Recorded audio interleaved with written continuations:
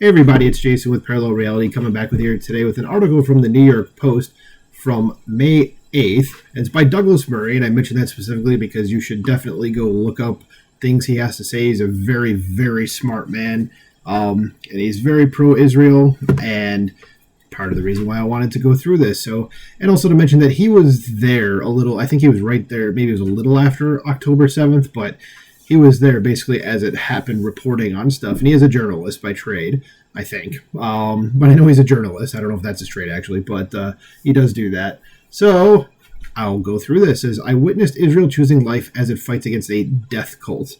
We've heard Hamas be mentioned as that before, and I can't really say he's wrong. So it says, this is adapted from Douglas Murray's speech Monday as the Post columnist accepted the Manhattan Institute's Alexander Hamilton Award. And I've seen posts of that online of his speech. I haven't listened to it yet. I honestly, I just keep forgetting. But I think it's probably worth still going over because the man has a way with words and he definitely knows what he's talking about.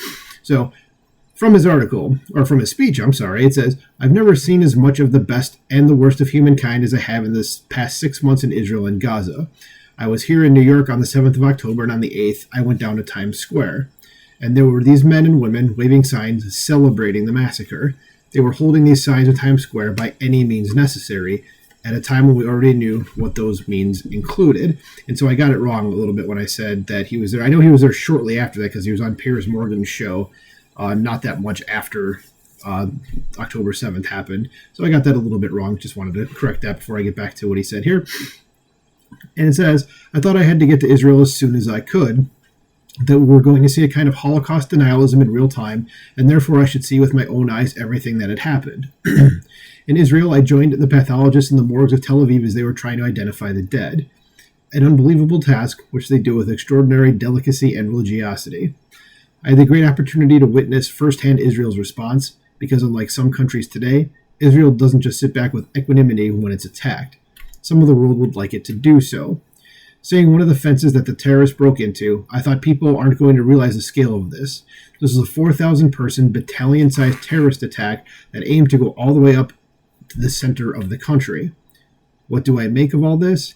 I think often of the line from Deuteronomy when God says, I've set before you life and death, blessing and cursing, therefore choose life that you and your descendants might live. Because when I think of the 7th now, I don't only think of the victims, I think of the extraordinary heroes. There's a young man who's a friend in his 30s who woke up in Jerusalem, realized the seriousness of what was going on, got into his car, drove south, collected some guns, left a farewell message to his children and his wife on his phone, got a call from his company commander on the road saying, you have to come back to base in Jerusalem, and he said, no, we're needed south now. And his battalion commander said, are you defying an order? And he said, yes, we're needed in the south. And he fought for the next 48 hours, and he survived. And think of my friend Moshe. I noted he had a bullet mark down the top of his helmet. He explained that it was from the 7th. He drove right into the middle of the firefight on the highway. He got out and he fought and he killed 3 terrorists with his gun that he carries with him, thank goodness. And he fought for the next 2 days. I think of the extraordinary people of the Hatzalah, the first responders unit. The head of that organization said in 30 years of doing this job, the whole 30 years altogether wasn't like 1 minute that morning. The lights just went off everywhere. And I think of a young woman who was 23. She was a beautiful girl, a photographer, and she decided she had to go and re-enlist. Her parents begged her not to, but she said she had to. And she was killed on her first day by a rocket that landed on her in Sderot. In a letter she left for her parents, she said how sorry she was, but she said, I wanted to live life, and now I want you to live it for me. Okay, that kind of got me. I have to admit, that's a 23-year-old girl doing that. Man, well, she's a hero. So let's keep going here. It says, I think finally of the extraordinary evening in November last year. I was at the Schneider Children's Hospital when the helicopters came returning the first hostages, the first children who Hamas had stolen from their homes in the south. But when the helicopters emerged in the night sky, the people of Tel Aviv realized what was happening and every car stopped. And I noticed there was applause from the citizens, the Tel Avivians, and then there was singing all the way through the streets of Tel Aviv. They were singing Havenu.